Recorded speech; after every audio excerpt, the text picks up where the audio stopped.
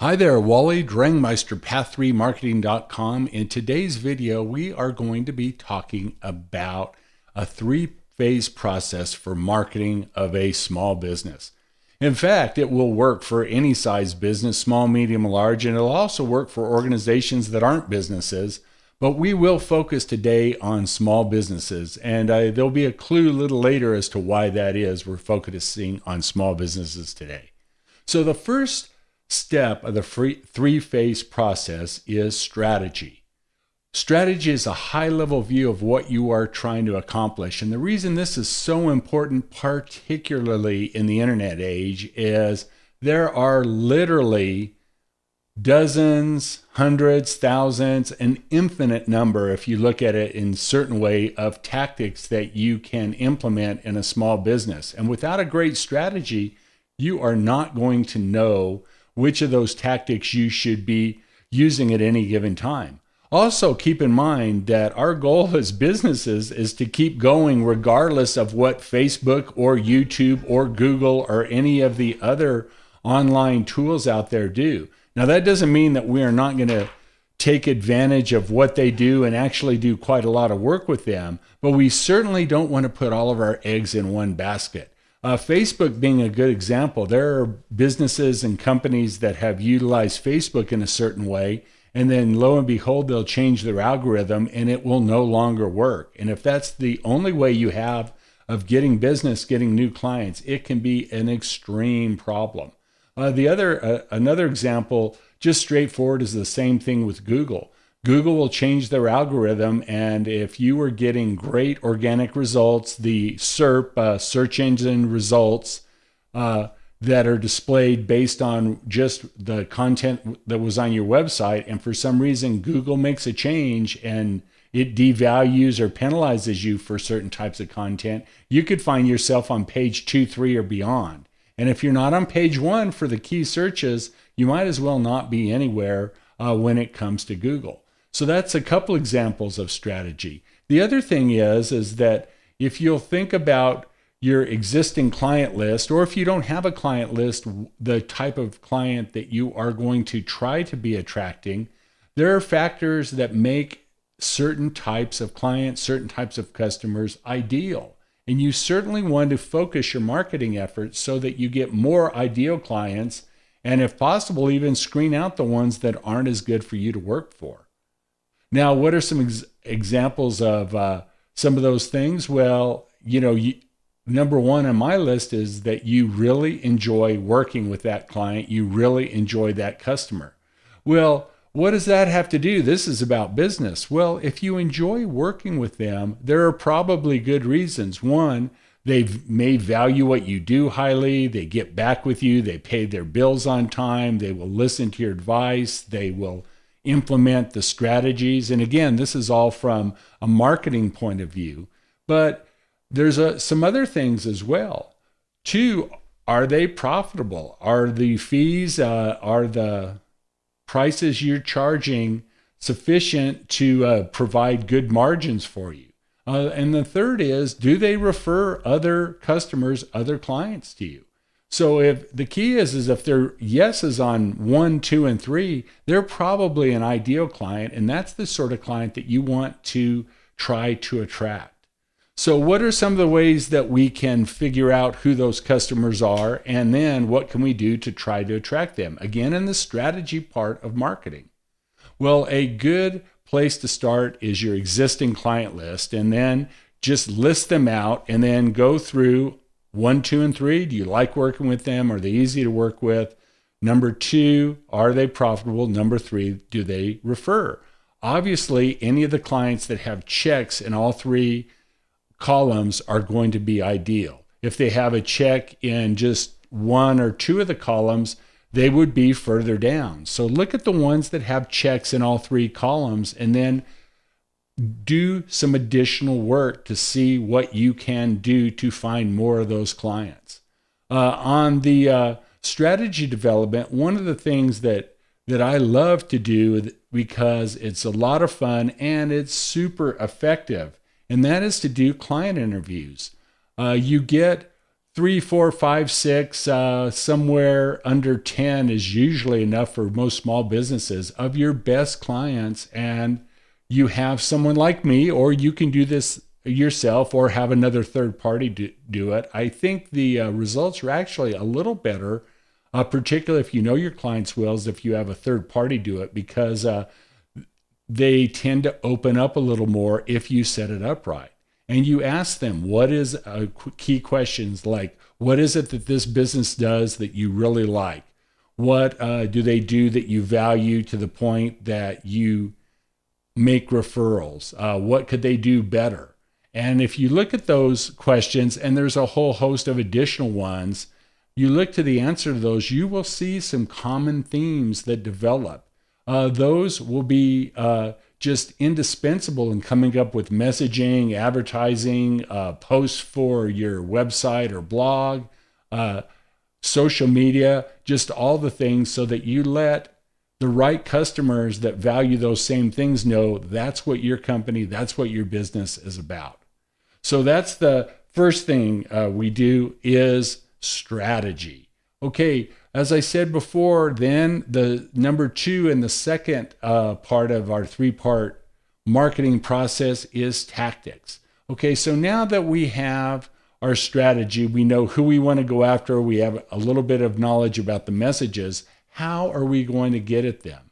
And then it will depend on your business, it will depend on where you are as a company, what your budget is. But, some examples of tactics that are fairly universal include having a website.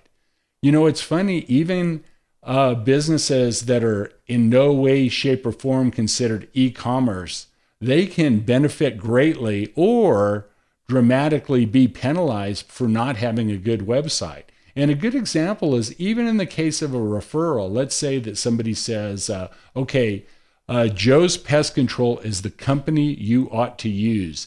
They do a great job. Joe's awesome. You ought to give them a call. Well, a lot of times, if it's that sort of casual referral, what will you do? You'll go to your smartphone or your computer and you'll Google Joe's Pest Control in whatever town you live in. If it doesn't come up, or if it comes up on page 2, 3, 4 or beyond, you in all likelihood as Joe have just lost a sale. So it doesn't matter if you're a local business that relies predominantly on referrals, that's great. Still, I do think a website is almost always an instrumental tactic, having a solid website in terms of helping attract the right customers to your business. The next tactical item that is so important is taking those messages that you discovered in the strategic part of marketing and move them into the tactical part. So you're going to want to put those messages in all the right places, the right posts on your website, in social media, if you use social media, in advertising, whether it be pay-per-click online or other advertising sources. And you're going to want those messages to be there for the guidance of your prospects and repeat customers through the hourglass. And the hourglass is the process of know, like, trust, try, buy, repeat, and refer. So the point of that is that they have to know you, they have to like you, trust you before they're willing to try you out. The other thing is, in some industries, it's easy to have an easy try part of that. In others, it's not so easy. If you're looking for an orthopedic surgeon to have a knee replacement or a hip replacement, you don't get to try them out other than the fact that your initial appointments, but the actual product, you are in for the long haul. So you definitely, if you're a surgeon, you would want to make sure that know, like, and trust part was really full of good information that let them know that you really were the real deal, and we're going to be able to have a high chance of having a successful procedure with them.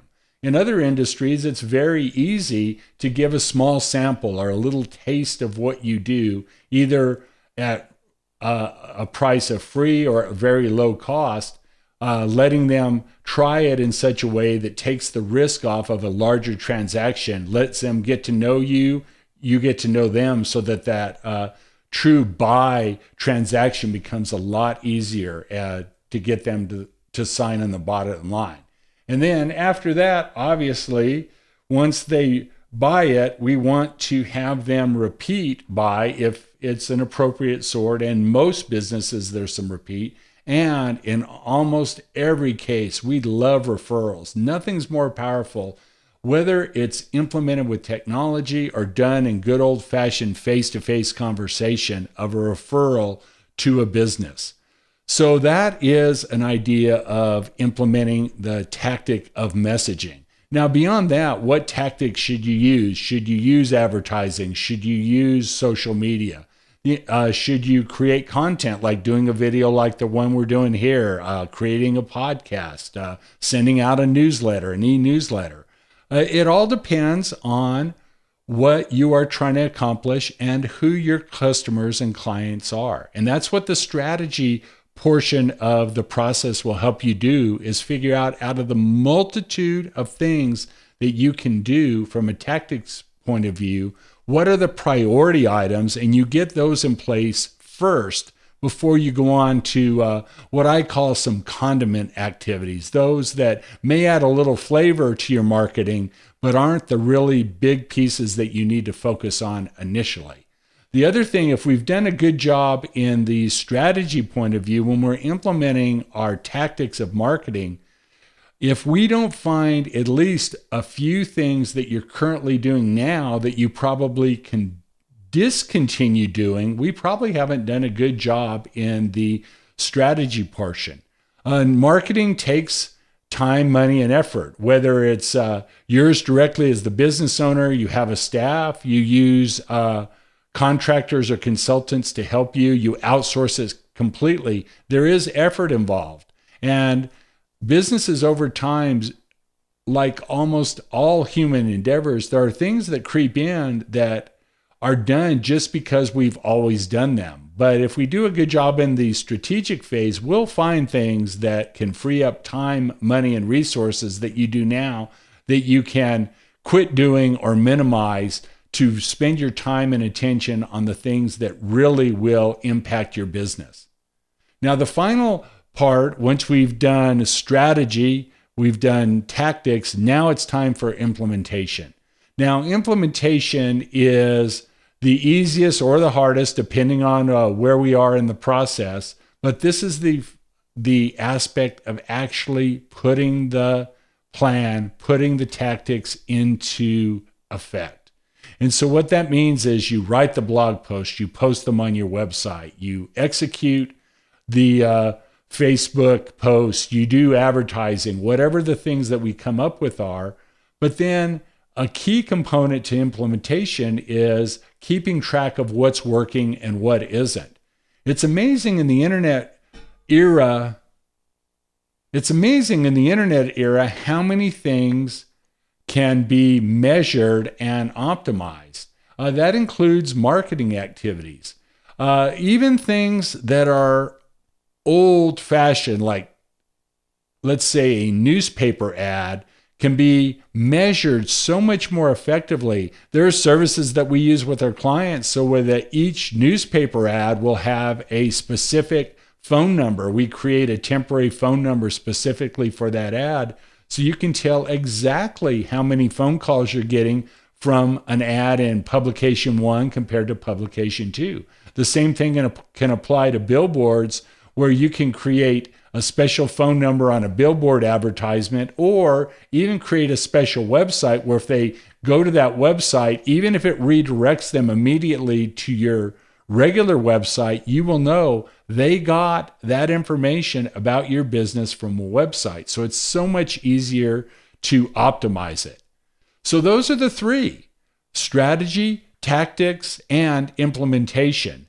It is not a complicated, in the big picture sense of the word, process, but there are a lot of moving pieces and parts. And the thing you don't want to do is you don't want to get bogged down. You don't want that one little detail to hold you up, where there's something you want to know about your business or about your current clients or about a tactic. Don't get caught up in a detail that keeps the big picture from being effective for your marketing. Because let's face it, marketing done right is an investment. Your business's reputation out there in the world, whether it be on the web or person to person, is something that can help you make money for months and years to come. And it's something that if you take it seriously and do a good job, you will be more successful. So thanks for listening to this video. If you have any questions or comments, leave them in the comments below. I will get back to you on those. Again, I'm Wally Drangmeister with Path 3 Marketing, and we've been talking about the strategy, tactics, and implementation of a marketing plan.